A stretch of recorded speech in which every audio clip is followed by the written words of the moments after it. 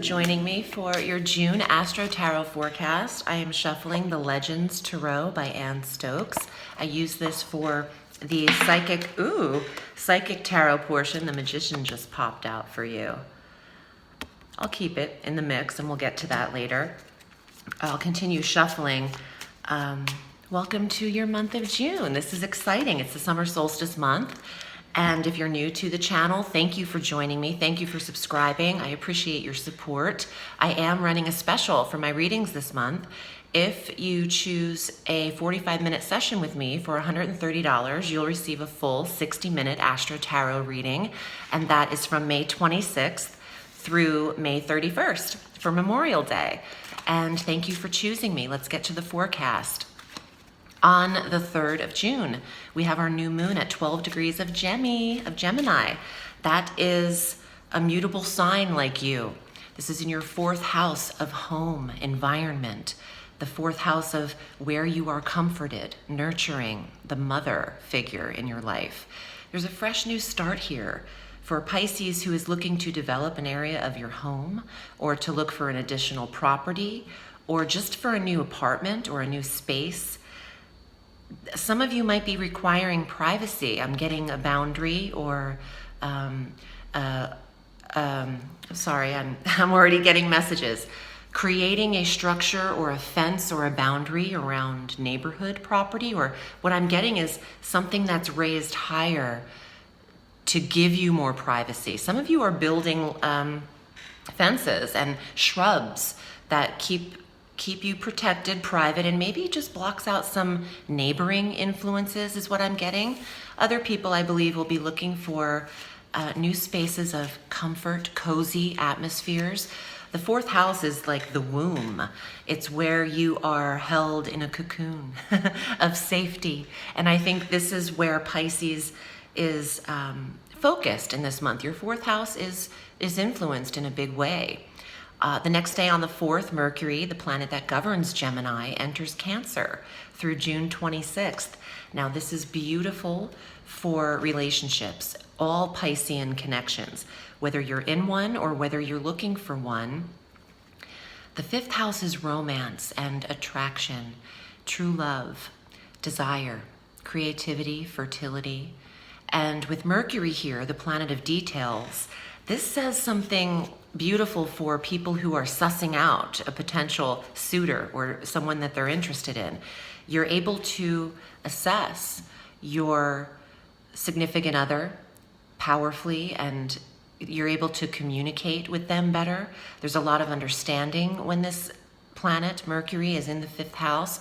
Who you're dating or who you are interviewing for your love life, this says you're able to express yourself effortlessly, but you're also able to understand where other people are coming from in terms of love and connection. So I like this, especially for people who are in fresh new beginnings here. It gives you a head start.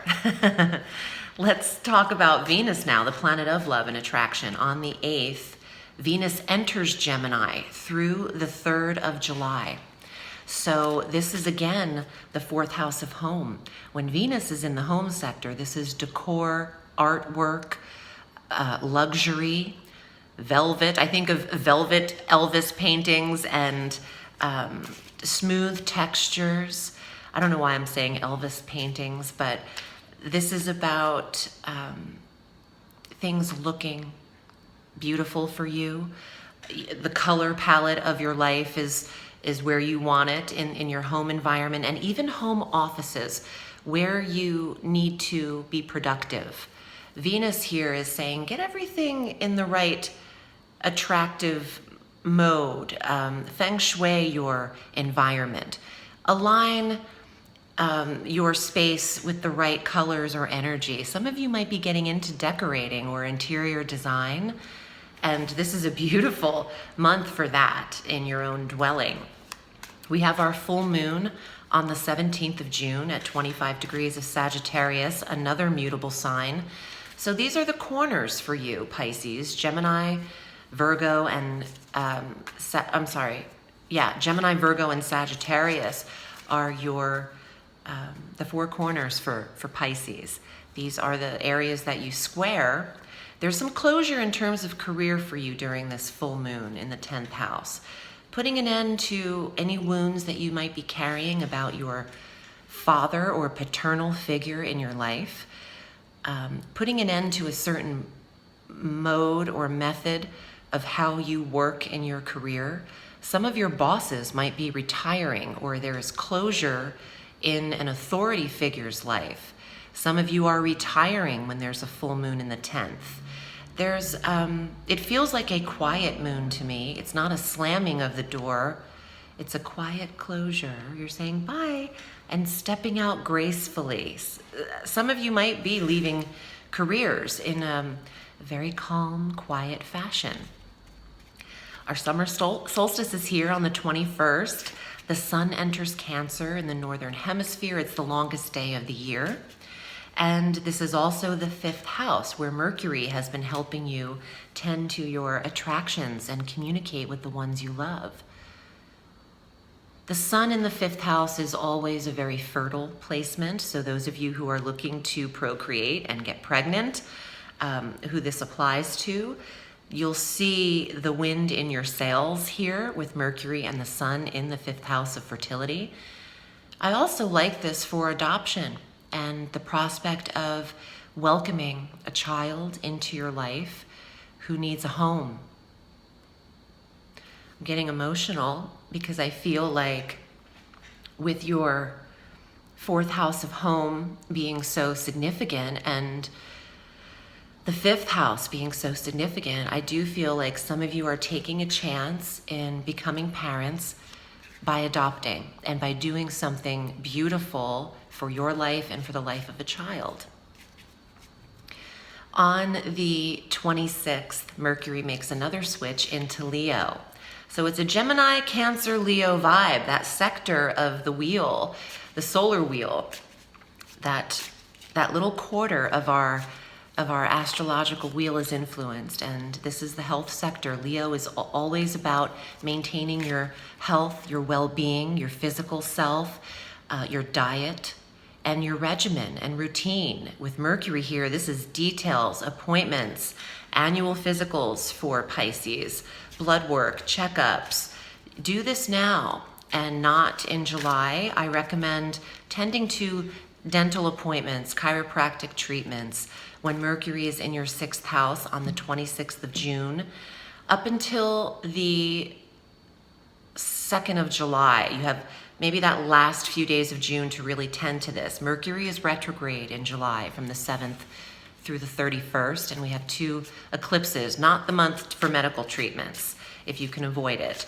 So I like this for you. Set up your workout routine and your maintenance to your health, and maybe write out your daily food journals or your diary about how you want to maintain this in that last few days of June. You'll have some success there. Ooh, your cards are popping out already, and you know what? I'm going to keep them because I've kept the Magician for you, and it looks like you have a few more major arcana cards.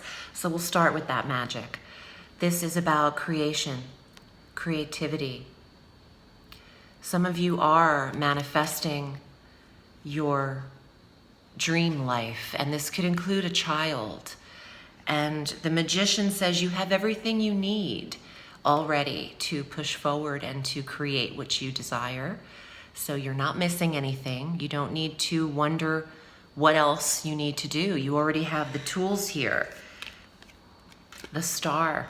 Look at this. This looks like a little womb and a nest egg.